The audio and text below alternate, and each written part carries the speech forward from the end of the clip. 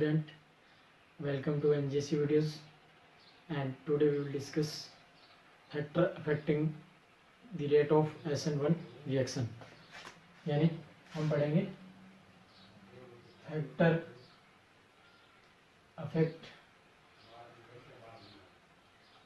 the SN1 reaction. SN1 reaction को कौन कौन से फैक्टर अफेक्ट करते हैं इसके बारे में हम बात करेंगे, या फिर मैं ऐसे कह दूं कि SN1 रिएक्शन जो होती है उसकी रेट को कौन कौन से फैक्टर है जो अफेक्ट करते हैं। सबसे पहला जो फैक्टर है वो है हमारे पास है स्ट्रक्चर ऑफ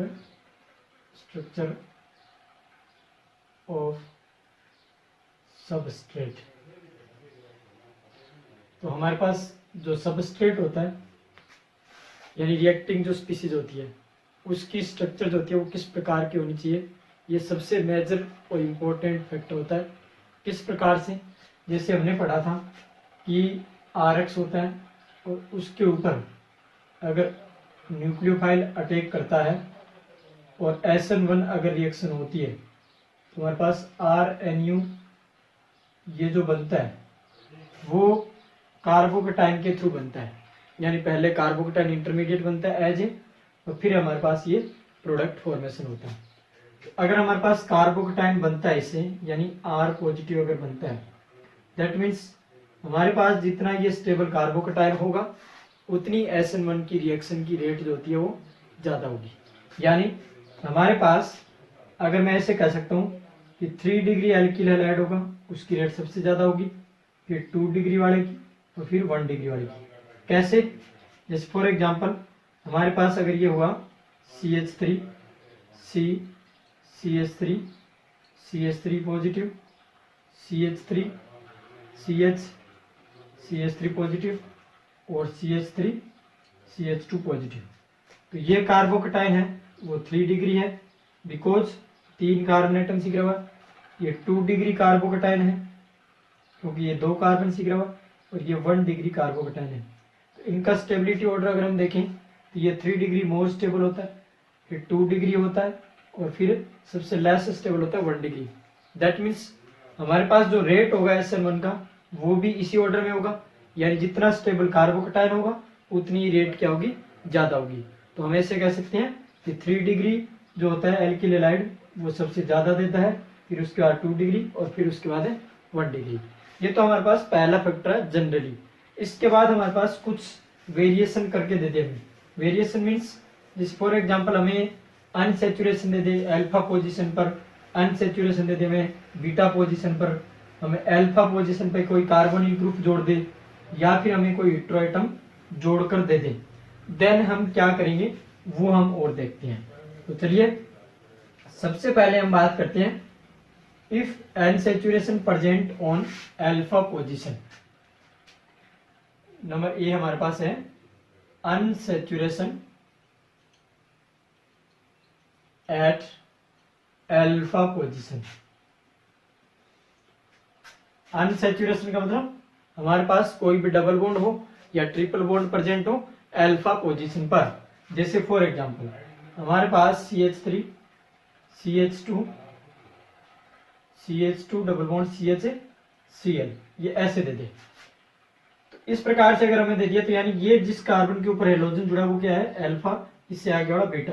तो मैंने बोला है कि अनसेचुरेशन एट अल्फा पोजीशन, तो अल्फा पोजीशन पर अगर अनसेचुरेशन है तो हमारे पास यहाँ पर SN1 रिएक्शन नहीं होगी। बिकॉज क्यों नहीं होगी, क्योंकि यहाँ पर हम जानते हैं कि क्लोरीन के ऊपर क्या है लोन पेयर प्रेजेंट है। अगर क्लोरीन पर लोन पेयर प्रेजेंट है दैट मीन्स ये लोन पेयर इसके साथ क्या कर सकते हैं, कॉन्जुगेशन कर सकते हैं, और कॉन्जुगेशन जैसे ही करेंगे तो दैट मीन्स यहाँ पर क्या आ जाएगा CH2 CH और डबल बॉन्ड Cl, यानी यहाँ पर क्या आ जाएगा डबल बॉन्ड करेक्टर आ जाएगा। और डबल बॉन्ड करेक्टर अगर यहाँ पर आ गया तो इसका मतलब ये हो गया कि सिंगल बॉन्ड के कंपैरिजन डबल बॉन्ड को तोड़ने के लिए हमें क्या देनी पड़ती है, ज्यादा एनर्जी देनी पड़ती है। इसलिए यहाँ पर डबल बॉन्ड को तोड़ना मुश्किल होता है, इसलिए यहाँ पर ये क्या नहीं देता SN1 रिएक्शन जो होता है नहीं देता। तो दैट मीन्स कहीं भी अगर हमें क्या है याद ध्यान ये रखना है कि अनसेचुरेशन अगर है अल्फा पोजीशन पर तो वहां पर SN1 रिएक्शन नहीं होगी। फॉर एग्जाम्पल दूसरा एग्जाम्पल हमारे पास ये भी ले सकते हैं हम, जैसे hello arenes. Hello arenes means benzene ring होती है और बेंजीन रिंग के ऊपर हेलोजन जुड़ा होता है। तो ये हेलोजन जहां जुड़ा है वो कहां पर है, ये sp2 कार्बन है, sp2 कार्बन, और sp2 कार्बन होने का मतलब, और दूसरा ये X जहां जुड़ा है वो क्या है, अल्फा पोजीशन पर जुड़ा है। तो ये हेलो एरिन्स भी क्या नहीं देते, SN1 रिएक्शन, SN1 रिएक्शन नहीं देते, SN1 रिएक्शन ये नहीं देते हेलो एरिन्स भी। तो इसलिए वाइनिल हैलाइड अगर हमें दिया हो, हेलो एरिन्स अगर हमें दिया हो, तो वहां पर SN1 रिएक्शन नहीं होगी। क्यों नहीं होगी, बिकॉज ऑफ कॉन्जुगेशन है यहाँ पर, तो पार्शियल डबल बॉन्ड करेक्टर आ जाता है। और यहाँ पर भी क्या है, ये लोन पेयर जैसे ही जाएंगे यहाँ पर, तो यहाँ पर भी क्या आ जाता है, डबल बॉन्ड करेक्टर रहता है। इसलिए डबल बॉन्ड को हम तोड़ नहीं सकते। तो हमारे पास क्यों नहीं तोड़ सकते, क्योंकि डबल बॉन्ड को तोड़ने के लिए बहुत ज्यादा अमाउंट में क्या देनी पड़ती है, एनर्जी हमें देनी पड़ती है। इसलिए ये SN1 रिएक्शन नहीं देती।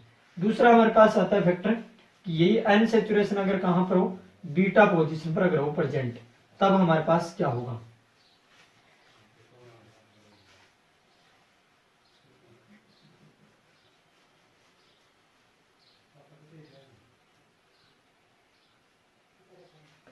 दूसरा जो हमारे पास आता है वो आता है unsaturation at beta position. Beta position means हमारे पास CH2 double bond CH, CH2 Cl, ये sp3 कार्बन है, ये अल्फा है और ये बीटा, ये हमारे पास क्या है, sp2 कार्बन।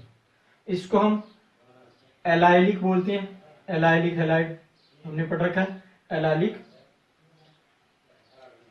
क्लोराइड, ये हमारे पास है एलाइलिक क्लोराइड।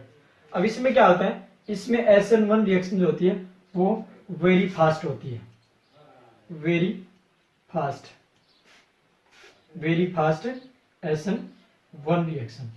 क्यों होती है, क्योंकि यहां पर जैसे इस बॉन्ड को तोड़ेंगे हम, तो हमारे पास बनेगा CH2 डबल बॉन्ड CH और CH2 पॉजिटिव, एलाइलिक कार्बोकेटाइन बनेगा, एलाइलिक कार्बोकेटाइन। और ये जो एलाइलिक कार्बोकेटाइन होता है ये रेजोनेंस के थ्रू स्टेबलाइज होता है, और जितना ज्यादा रेजोनेंस होगा उतने ज्यादा कार्बोकेटाइन क्या होगा, स्टेबल होगा। दैट मीन्स यहाँ पर ये CH2 CH double bond CH2 और ये कार्बोकेटाइन बन जाएगा, और इस प्रकार से ये क्या होता है, रेजोनेंस के थ्रू क्या होता है, स्टेबल होता है। किसके थ्रू स्टेबल होता है, stable by resonance, hence rate of SN1 is more, यानी SN1 की रेट क्या होगी, ज्यादा। क्यों, क्योंकि यहाँ पर क्या होता है, जो कार्बोकेटाइन बनता है वो रेजोनेंस के थ्रू स्टेबल होता है। इसके बाद हमारे पास क्या हो, इस तरीके से कोई और दूसरा दिया हो, जैसे फॉर एग्जांपल बेंजाइलिक हमें दे दे। बेंजाइलिक में भी क्या होता है, बीटा पोजीशन पर हमारे पास है एन सैचुरेशन होता है। जैसे फॉर एग्जांपल हम एक एग्जांपल लेते हैं इसका,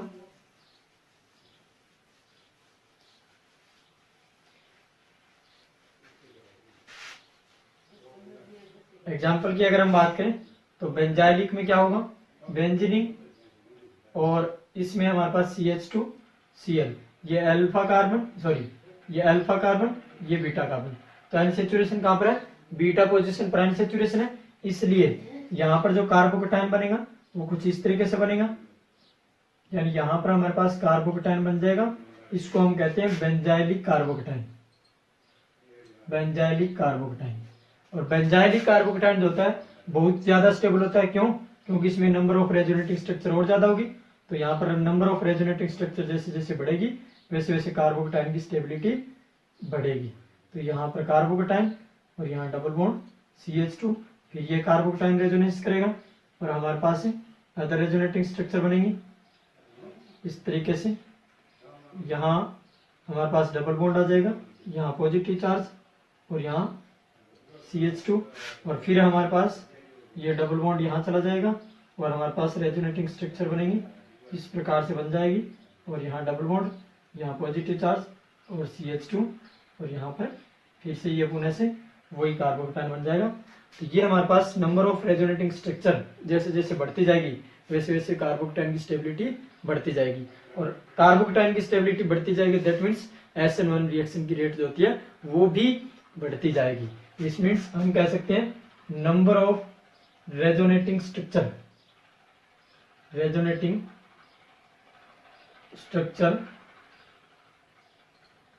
increase, then stability of carbocation also increase, ये हम बोल सकते हैं। ये हमारे पास बात रही बीटा पोजीशन पर अगर अनसैचुरेशन हो।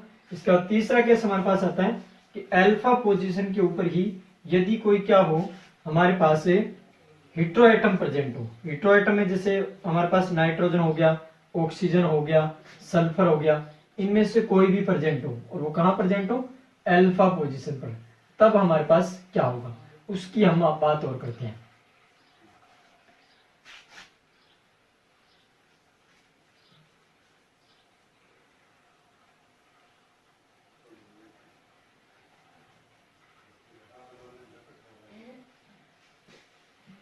तीसरा केस हमारे पास क्या है, तीसरा केस हमारे पास है हेट्रोएटम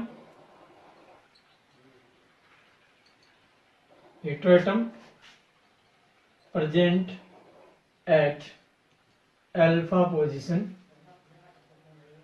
यानी अल्फा पोजीशन पर हमारे पास हेट्रोएटम है। जैसे फॉर एग्जांपल फर्स्ट हमारे पास है फर्स्ट CH3O CH2Cl, ये हम ले लें।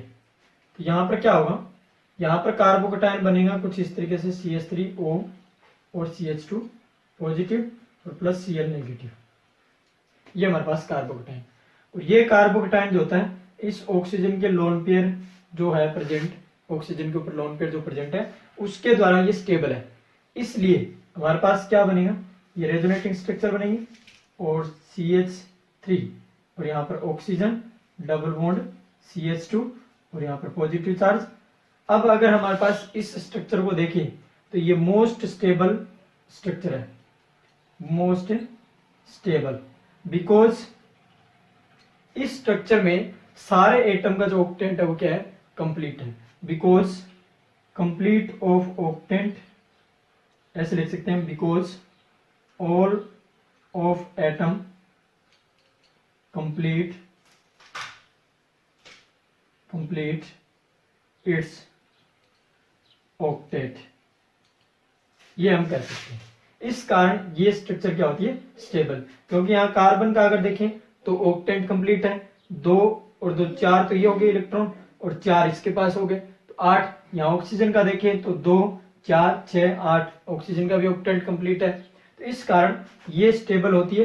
हेट्रोएटम अगर प्रेजेंट होता है कार्बोकेटाइन बगल में तो वहां पर मोस्ट स्टेबल स्ट्रक्चर प्राप्त होती है। इस कारण जब भी हेट्रोएटम हमारे पास प्राप्त होता है या हमारे पास हेट्रोएटम प्रेजेंट होता है अल्फा पोजीशन के ऊपर, तो वहां कार्बोकेटाइन मोस्ट स्टेबल होता है, ये हम कह सकते हैं, यानी बेंजाइलिक से भी ज्यादा स्टेबल होता है। और ये जो कार्बोकेटाइन होता है इसको हम बोलते हैं substituted carbocation, substituted carbocation.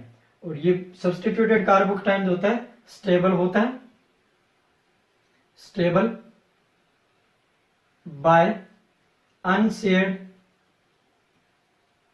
Pair of electron of heteroatom, यानी जो हेट्रोएटम पे लोन पेयर प्रेजेंट होता है, अनशेयर का मतलब किसी के साथ बॉन्डिंग नहीं कर रखी है, तो वो अगर प्रेजेंट होता है तो वहां पर वो क्या होते हैं, रेजोनेंस के थ्रू कार्बोकेटाइन को स्टेबल करते हैं। इस कारण हेट्रोएटम जब भी आ जाए तो वहां कार्बोकेटाइन की स्टेबिलिटी सबसे ज्यादा होगी, और कार्बोकेटाइन की स्टेबिलिटी ज्यादा होने से मतलब है कि वहां पर SN1 का रेट सबसे ज्यादा होगा। ये हमारे पास बात है इसकी, हेट्रोएटम अगर अल्फा पोजीशन पर प्रेजेंट हो तब। अब हम बात करते हैं कि अल्फा पोजीशन पर अगर हमारे पास कोई भी कार्बोनिल ग्रुप प्रेजेंट हो,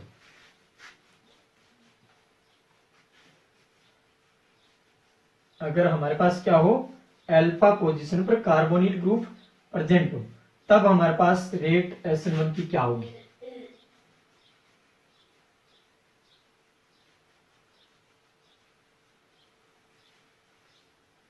अब हमारे पास है presence of carbonyl group at alpha position. Alpha position पर अगर क्या प्रेजेंस हो, कार्बोनिल ग्रुप, जैसे फॉर एग्जांपल CH3, CO और Cl, ये हमारे पास है। ऐसे नहीं, इस तरीके से हम लिख सकते हैं CH2Cl। ये हमारे पास अल्फा पोजीशन है। इस अल्फा पोजीशन पे क्या जुड़ा है, कार्बोनिल ग्रुप जुड़ा हुआ है।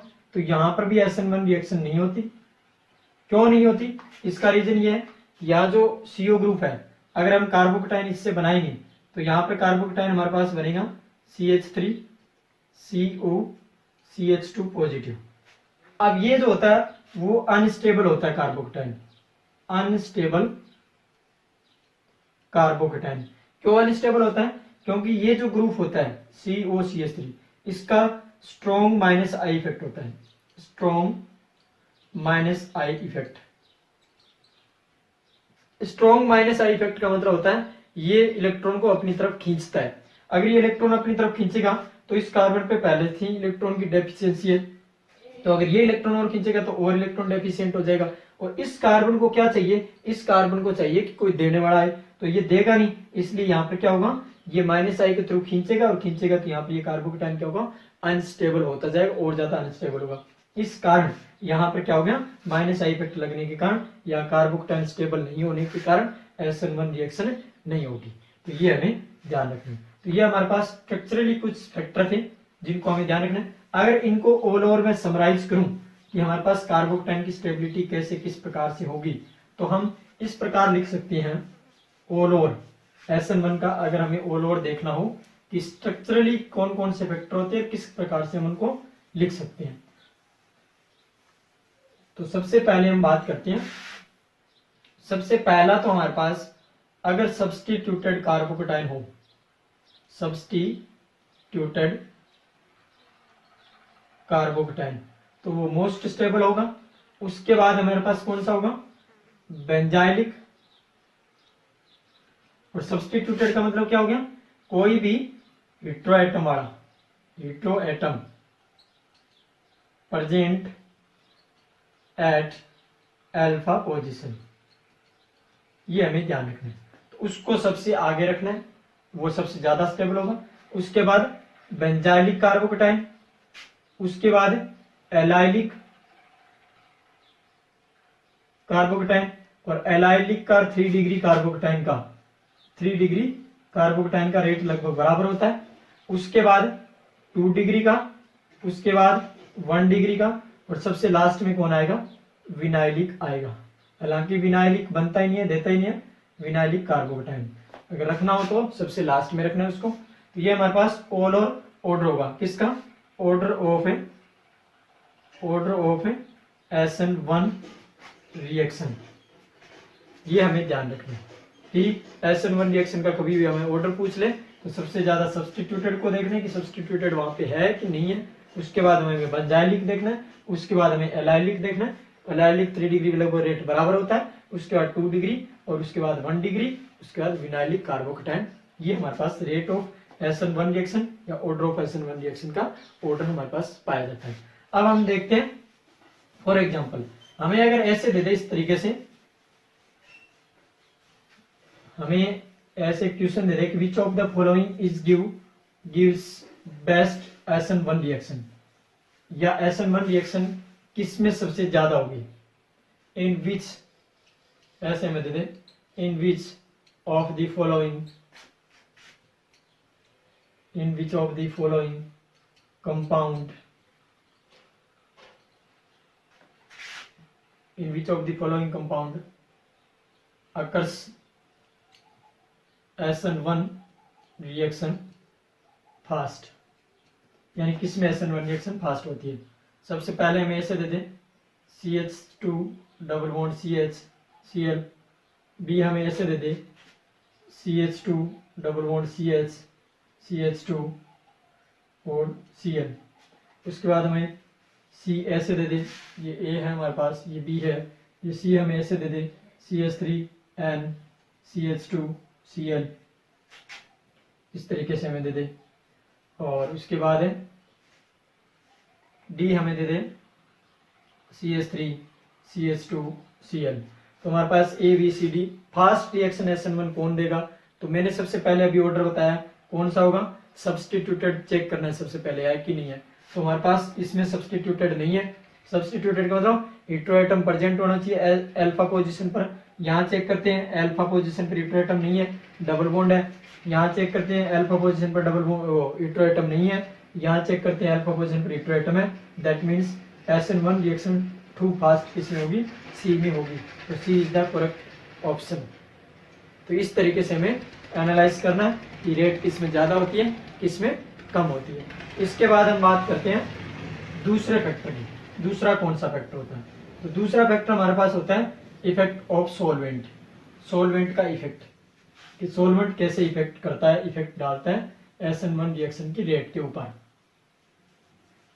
तो हम बात करते हैं सोलवेंट की।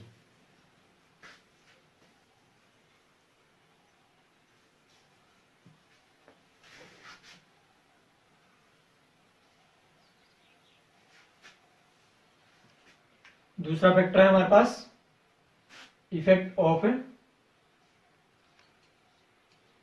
सोलवेंट। सोलवेंट का इफेक्ट देखिए हमारे पास केमिस्ट्री में ऑर्गेनिक में दो प्रकार के सोलवेंट होते हैं, चाहे इनऑर्गेनिक हो ऑर्गेनिक। दो प्रकार के सोलवेंट हम जनरली पढ़ते हैं। एक हमारे पास सोलवेंट होते हैं वो होते हैं पोलर सोलवेंट, पोलर सोलवेंट। दूसरा जो हमारे पास सोलवेंट होता है वो होता है non polar solvent, non polar solvent. ये दो टाइप के सोलवेंट होते हैं। पोलर में फिर हम पढ़ेंगे, जब जीओसी पढ़ेंगे उसमें हम कंप्लीट पढ़ेंगे। पोलर में दो होते हैं, एक पोलर प्रोटिक सोलवेंट होता है और एक पोलर एप्रोटिक सोलवेंट होता है। नॉन पोलर में हमारे पास एक ही होता है। नॉन पोलर में फॉर एग्जांपल दे देता हूं मैं। Non polar for example CCl4 आपने पढ़ा होगा। CCl4 carbon tetra chloride, carbon tetra chloride. ये हमारे पास नॉन पोलर होता है। बिकॉज ऑफ नॉन पोलर क्यों होता है? क्योंकि म्यू डायपोल मोमेंट जो होता है वो जीरो होता है। नॉन पोलर वही होते हैं जिनका डायपोल मोमेंट क्या हो? जीरो हो। इसके बाद पोलर कौन से होते हैं? जिनका dipole moment not equal to zero, यानी जीरो नहीं होता जिनका। पोलर प्रोटिक का मतलब क्या होता है? जिनको किसी भी हम ऐड करें, किसी भी मान लो क्या है, किसी भी एक बीकर ले लिया हमने और या फिर किसी कोई भी सॉल्यूशन होता है उसमें हम ऐड करते हैं तो यहाँ पर क्या देते हैं? H+ देते हैं, प्रोटॉन देते हैं। पोलर एप्रोटिक का मतलब क्या हो गया? जिनके पास प्रोटॉन नहीं होता, यानी H+ जो नहीं देते वो हमारे पास पोलर एप्रोटिक होती है। जैसे फॉर एग्जांपल हम पढ़ेंगे DMSO डाइमिथाइल सल्फोक्साइड या DMF डाइमिथाइल फॉर्मेमाइड। DMF यानी डाइमिथाइल फॉर्मेमाइड, DMSO यानी डाइमिथाइल सल्फोक्साइड। इसके बाद तो हमने बात कर ली पोलर प्रोटिक सोलवेंट और पोलर एप्रोटिक सोलवेंट क्या होते हैं। अब हम बात करते हैं कि SN1 रिएक्शन को कौन अफेक्ट करता है। तो हमारे पास SN1 रिएक्शन जो होती है उसको पोलर प्रोटिक सोलवेंट जो होते हैं वो अफेक्ट करती है। कैसे? कि हम कोई भी अगर यहाँ पर पोलर प्रोटिक सोलवेंट डाल दें, पोलर प्रोटिक सोलवेंट, वो क्या कर देते हैं? SN1 रिएक्शन की रेट को इंक्रीज कर देते हैं। कैसे इंक्रीज करते हैं? कि हमारे पास इस तरीके से कार्बोकेटायन बनता है, ये कार्बोकेटायन बना और plus Cl-। Polar protic means हमारे पास जैसे फॉर एग्जांपल यहाँ पर ROH हो सकता है, यहाँ पर HOH हो सकता है यानी वाटर हो सकता है, और HCOOH, इनमें से कुछ भी हो सकता है, वो पोलर प्रोटिक सॉल्वेंट होती है। पोलर प्रोटिक क्यों? क्योंकि ये सारे सारे ये भी प्रोटॉन देता है, ये भी प्रोटॉन देता है और ये भी प्रोटॉन देता है, इसलिए सारे सारे क्या है? पोलर प्रोटिक सॉल्वेंट है। तो क्या होता है कि पोलर प्रोटिक सॉल्वेंट जब भी होता है हमारे पास तो वो कार्बोकेटायन को स्टेबल करती है। किसके थ्रू? Bye ionisation. तो हमारे पास किस तरीके से? जैसे हमारे पास ये कार्बोकेटायन बन गया, ये एक R1 है, एक को मैं R2 नाम दे दूं, एक में R3, 3 ग्रुप है हमारे पास इस तरीके से, और इसको तीनों को नाम दे दिया और ये कार्बोकेटायन। तो जब भी इनमें से कोई पोलर प्रोटिक सॉल्वेंट होगा तो वो क्या करेगा? इसके साथ इस तरीके से बॉन्ड बना लेगा, यानी यहाँ पर ऑक्सीजन और यहाँ पर हाइड्रोजन और यहाँ पर हाइड्रोजन। इसके बाद इसी तरीके से इस तरीके से यहाँ पर भी कर सकते हैं, यानी हमारे पास बॉन्डिंग हो सकती है किसी भी प्रकार से ऑक्सीजन या हाइड्रोजन और आगे फर्दर जो होते हैं कोई कार्बोकेटाइन है तो उसको फिर स्टेबल यहाँ पर इस तरीके से। तो ये क्या कर लेता है, ये हमारे पास आयोनाइज कर देते हैं, आयोनाइज कर देते हैं किसको, कार्बोकेटाइन को, जिससे क्या हो जाता है, इस कार्बोकेटाइन की जो स्टेबिलिटी होती है इसकी वो क्या हो जाती है, इंक्रीज हो जाती है। तो इस प्रकार से जब भी पोलर प्रोटिक सोलेंट होता है तो वो कार्बोकेटाइन को स्टेबल करते हैं किसके थ्रू, थ्रू आयोनाइजेशन। तो हमारे पास स्टेबल होगा कार्बोकेटाइन जितना ज्यादा उतनी SN1 की रिएक्शन की रेट क्या होगी, ज्यादा होगी।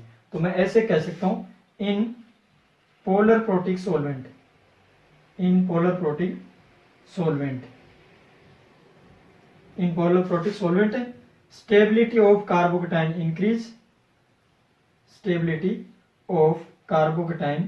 इंक्रीज, अगर कार्बोकेटाइन की स्टेबिलिटी इंक्रीज होगी that means hence rate of SN1 reaction increase.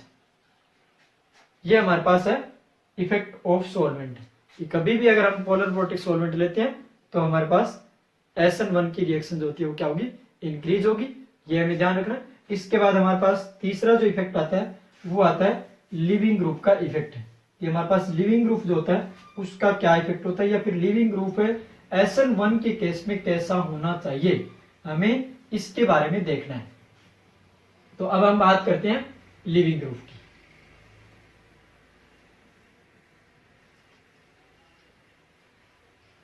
और वैसे अगर सोलवेंट के इफेक्ट देखें तो हमारे पास है जो सोलवेंट होते हैं पोलर प्रोटिक उनके जो डाई इलेक्ट्रिक कॉन्स्टेंट होती है, डाई इलेक्ट्रिक कॉन्स्टेंट के बारे में हम अलग से पढ़ेंगे ऑर्गेनिक केमिस्ट्री में।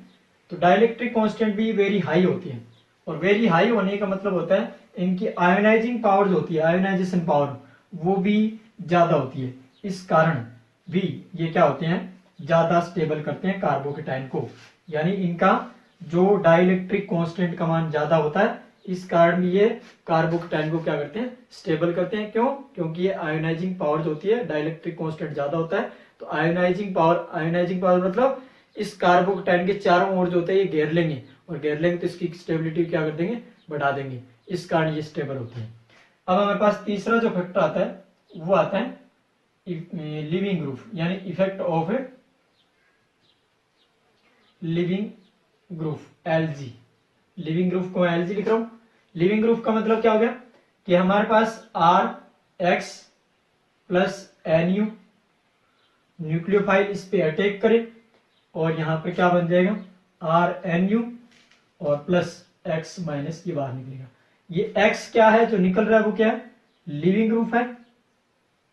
तो ये लिविंग ग्रुप हमारे पास कैसा होना चाहिए, ये क्या है, ये अटैकिंग स्पीसीज है, ये तो हम पहले भी पढ़ चुके हैं, अटैकिंग स्पीसीज।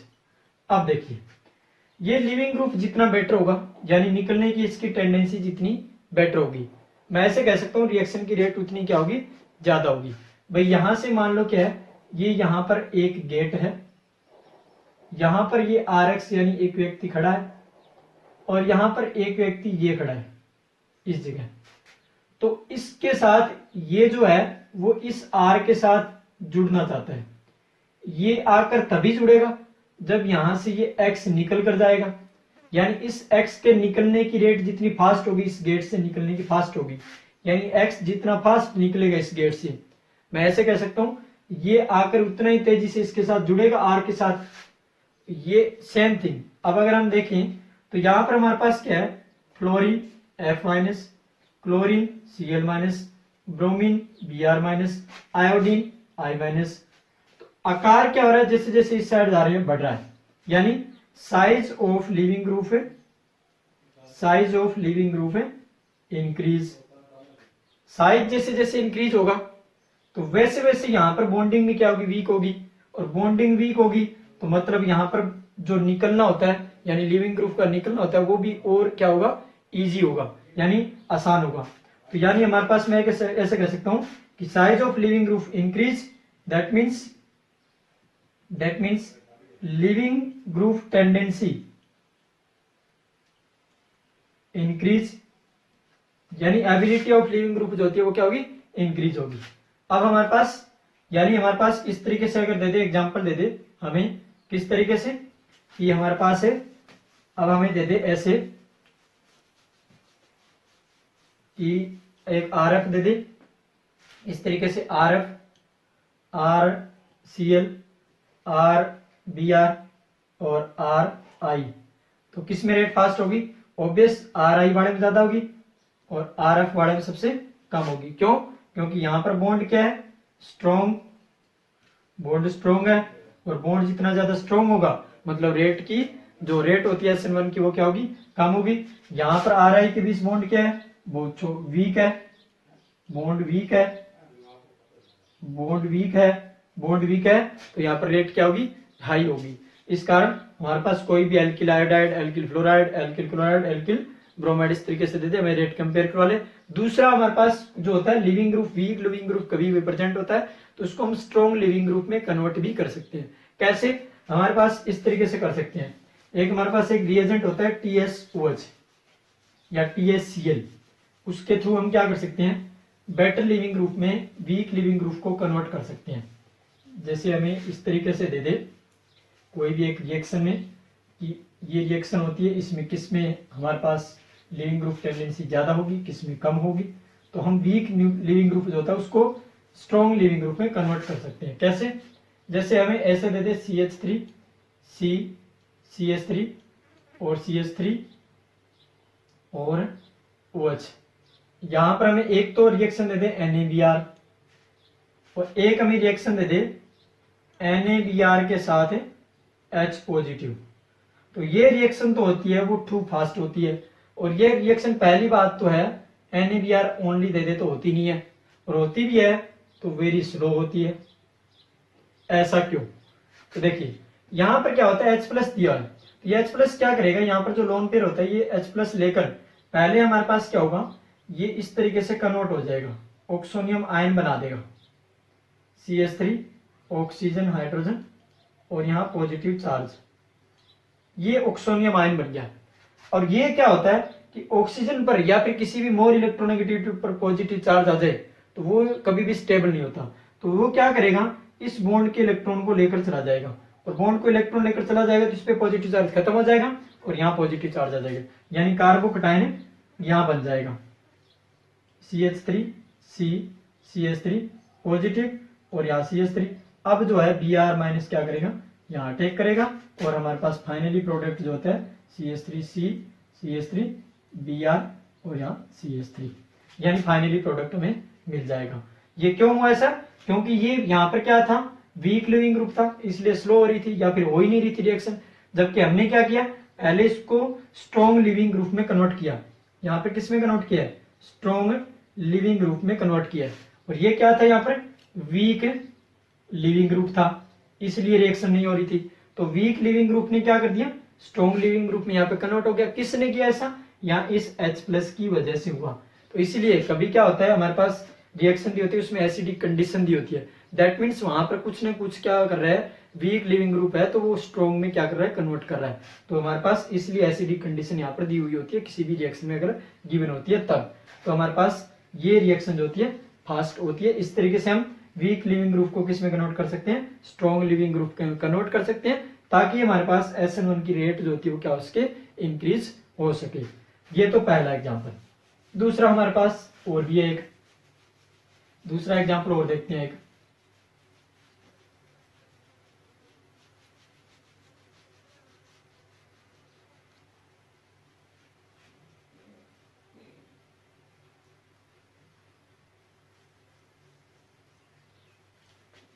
दूसरा क्या है, वो है हमारे पास है CH3 CH2OH, इसके साथ अगर TSCl, टोसाइलेट क्लोराइड बोलते हैं इसको, टोसाइलेट क्लोराइड, ये क्या करता है, इस HCl तो यहां से माइनस बाहर हो जाता है, ये होता है हमारे पास weak living group, weak living group, और ये कन्वर्ट हो जाता है CH3 CH2 OTS।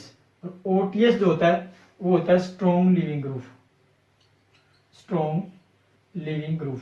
तो अब अगर हम इसके साथ SN1 रिएक्शन करवाएंगे तो वो वहां पर क्या होगी, वेरी फास्ट होगी, because it's OTS is a strong leaving group. इसी तरीके से ब्रोसाइलेट क्लोराइड ले सकते हैं हम, BaCl ले सकते हैं, इसको बोलते हैं ब्रोसाइलेट क्लोराइड, ब्रोसाइलेट क्लोराइड। OBS आ जाएगा यहाँ पे, इस तरीके से OBS आ गया तो भी यहाँ पर SN1 रिएक्शन क्या होगी, फास्ट होगी। तो हमारे पास कभी भी अगर वीक लिविंग ग्रुप होता है तो पहले हम उसको स्ट्रॉन्ग लिविंग ग्रुप में कन्वर्ट कर सकते हैं। इसलिए कन्वर्ट करते हैं ताकि SN1 की रिएक्शन जो होती है वो क्या हो सके, इंक्रीज होती है, यानी SN1 की रिएक्शन की जो रेट होती है वो इंक्रीज की जा सके। यानी हमारे पास कोई भी चीज वीक होती है तो वीक को स्ट्रॉन्ग बनाया जाता है, तो किसी भी तरीके से बना सकते हैं। ये हमारे पास मेथड है बनाने की। अब हम बात करते हैं कि न्यूक्लियोफाइल का क्या इफेक्ट पड़ेगा। यानी हमारे पास न्यूक्लियोफाइल भी होता है, न्यूक्लियोफाइल का भी कुछ इफेक्ट हो सकता है। तो हमें ये देखना है कि न्यूक्लियोफाइल कैसे अफेक्ट करता है SN1 रिएक्शन की रेट को।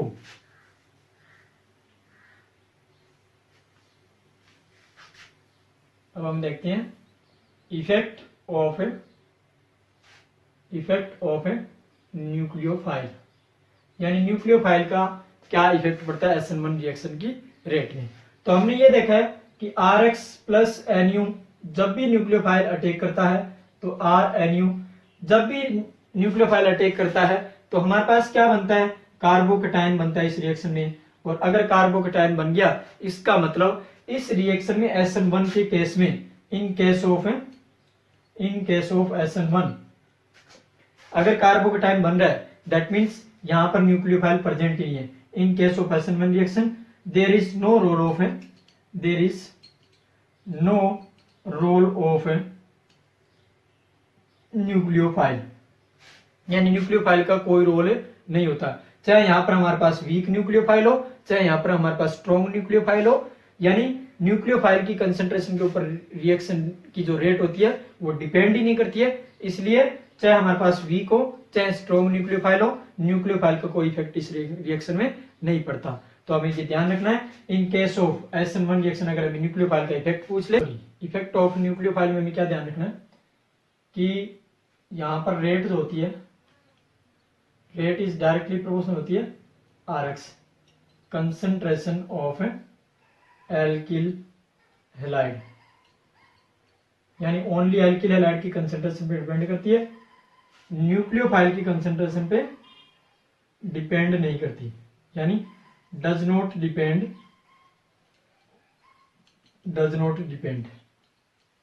किस पे, न्यूक्लियोफाइल पे। ये हमें ध्यान रखना है। तो ये हमारे पास फैक्टर अफेक्टिंग दी SN1 रिएक्शन कंप्लीट होते हैं यहाँ पर। Thank you. अगर आपको ये वीडियो पसंद आया तो ज्यादा से ज्यादा मात्रा में क्या करें, शेयर करें, सब्सक्राइब करें, आपके जो बगल में बेल आइकन दिया है उसको दबाना न भूलें। और हाँ, एक बात जरूर ध्यान रखें, घर में रहें, सेफ रहें और अपने आस पड़ोस जो भी है उनको भी सुरक्षित रखें। जब आप सेफ होंगे तो आपके मोहल्ले वाले सेफ होंगे, आपके मोहल्ले वाले सेफ होंगे तो इस तरीके से एक मान लो जो आपका एरिया है वो सेफ होगा, और आपका एरिया अगर सेफ होगा दैट मीन्स हमारा जो देश है वो सुरक्षित रहेगा। Thank you.